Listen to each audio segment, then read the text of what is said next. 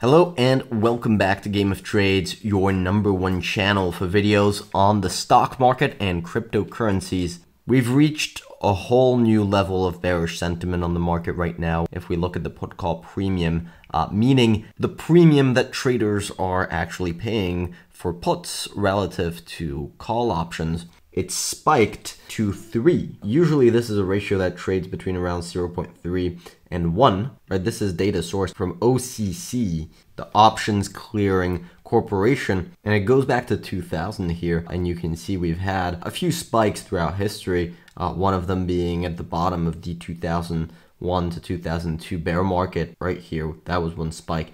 Right here in 2008, not at the bottom, but definitely in the bottoming process of the 2008 financial crisis, where you had a huge amount of bearish sentiment on the economy. You can see this spike occurred after the big waterfall sell-off, after the Lehman collapse. Fast forward a little bit, and you've got one spike right here in 2016, right around the Trump versus Hillary election time, and here during the COVID crash right there, obviously one of the biggest market panics in history, not necessarily in terms of its size, but definitely in terms of the intensity of it. This was a major market crash, and look at where we are today on this ratio with the put call premium spiking at 3, a reading not seen throughout history. So a lot of people right now are betting on the end of the world. Now we know that bull markets don't last forever, right? And if we take a look at the famous secular bull run moving average here, 200-week moving average, it has been crossed a few times throughout history, 2000, 2008, 1974, 1969. So we know that at one point this is going to give in and you're going to see a larger market drawdown, similar in magnitude to what we saw throughout these periods.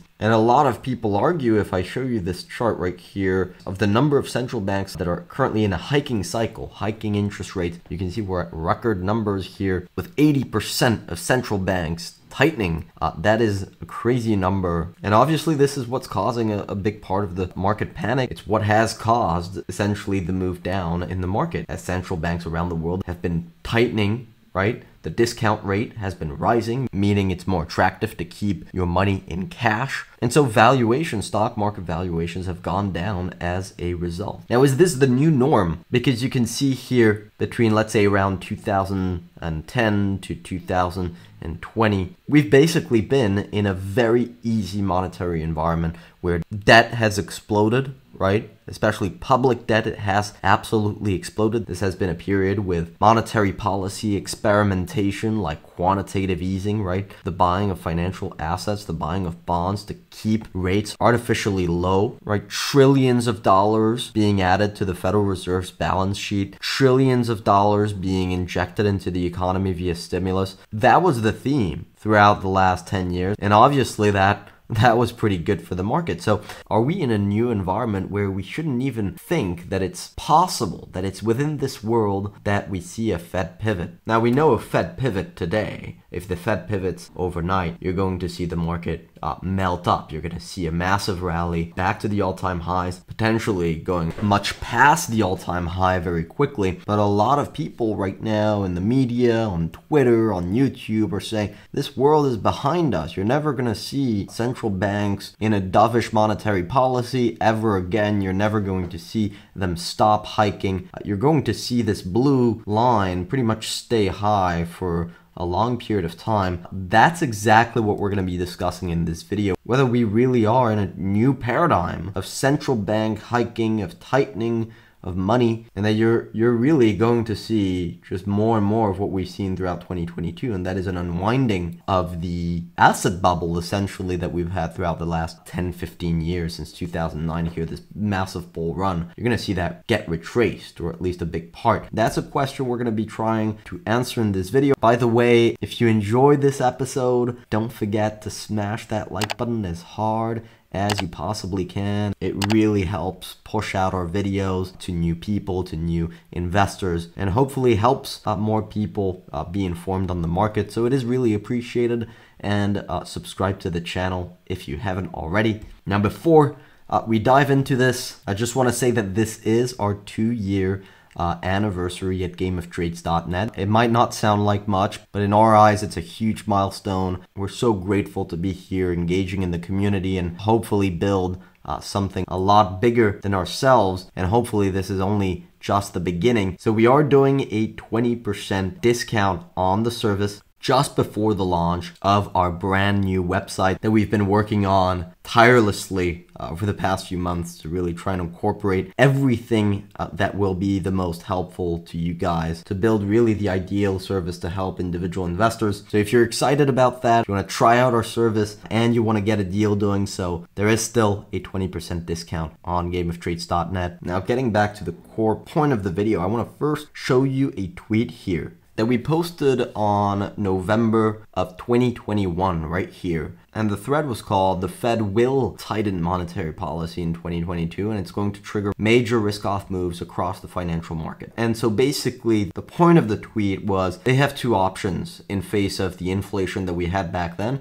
It was yield curve control or the tightening of money to kill demand and truly fight inflation and creating a recession. And in other words, that's creating a recession. Now, if you were not around or if you don't really remember what the consensus was back in November of 2021, a huge amount of people were talking about yield curve control and that they would basically just print money in order to buy more bonds to keep yields from spiking. I don't like to go back on things we've said or we haven't said, but it is very interesting to look back on this, and then I'll show you some of the comments in reply to this. But option two, which is the tightening of money, will be efficient at stopping inflation, but will be deemed as a policy mistake. And if we take a look at some of the comments here, so this was back in November, right there, it will be option number one. Option number one seems like the lesser policy mistake. I bet they go with yield curve control. So this was right here, November 2021, right before one of the most aggressive tightening cycles in history, right here. The consensus view right there leading up to November was actually that they were never going to raise rates because the economy was too fragile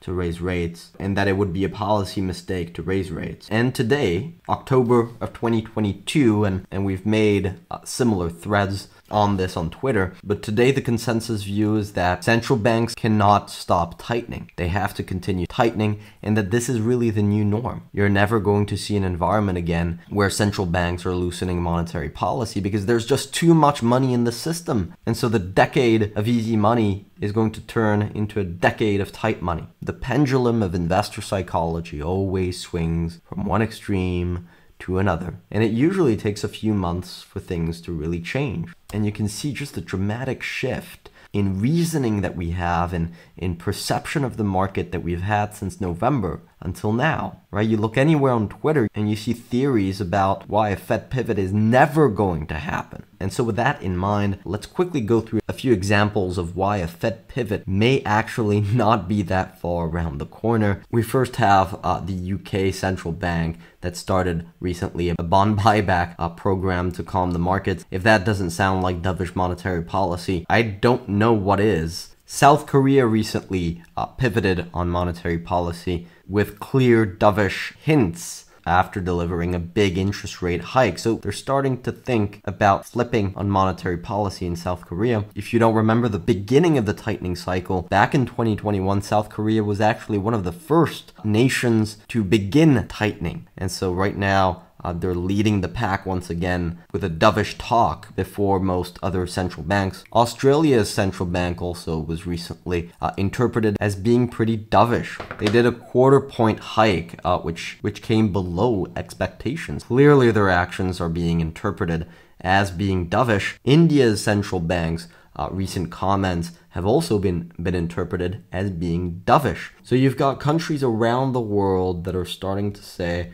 hey, there's some economic risks. We've already had a lot of tightening around the world. Perhaps it's time to cool that down. Perhaps we shouldn't be that aggressive anymore. And this is often how both the beginning of the hiking cycle starts out and how the end of a tightening cycle also materializes. You start to see hints from around the world that policy is shifting, right? The US is not always the pioneer in terms of monetary policy. There's lots of hints that lead up to that monetary policy shift. More recently, the UN called on the Fed, other central banks to halt interest rates, right? That's starting to be international pressure on the Federal Reserve. The UN agency warns of a recession linked to imprudent monetary policy. The Fed already has a credibility issue for having let inflation run hot. Do they want a credibility issue of causing a very, very hard landing despite a lot of warning signals?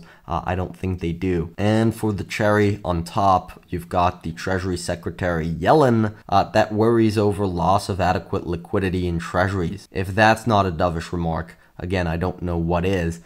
This is how pivots start out. This is how pivots materializes. I don't know if it's the November meeting, the December meeting, but the Fed is going to flip. So this bear market for me, right? This bear market, unless you get a re-acceleration of inflation, this is done. It's over with. It's been priced in. Inflation has been priced in. Central bank tightening has been priced in. The large bulk of the bad news is behind us. Now, a new form of bad news could cause a breakdown, and that would come in the form of a collapse in earnings, right? Analysts have recently turned sour on earnings. Negative revisions for earnings started in August here, right, where they went below that zero line. So there's a lot of pessimism that's starting to get priced in on the earnings front. Is that going to be the next catalyst? That's a big topic amongst a lot of very smart people in the financial community. Now, if you want our opinion, we posted this article last week called "A Massive Interest Rate Shock, What Does It Mean for Earnings?" There's also a summary video, a bullet point summary to make sure that you guys really are able to understand it very quickly. But I think this article does go in a little bit more detail. It's a little bit more complex, but this to me is the key to understanding the market today. If you don't understand how the interest rate shock is going to impact earnings, when that's going to happen, to what extent that's going to happen, it's difficult to understand today's market environment because inflation's behind us. Central bank monetary policy is probably soon going to be behind us. It's all going to be about earnings. The focus is going to gradually shift towards earnings, and you always need to look forward in order to understand where the market is really going and to be able to position for that properly. So that's about all I wanted to cover in this episode. I hope you guys enjoyed. If you did, don't forget to smash that like button and click on that subscribe button if you haven't already. Now, in the meantime, I wish you good luck on your trading and see you next time.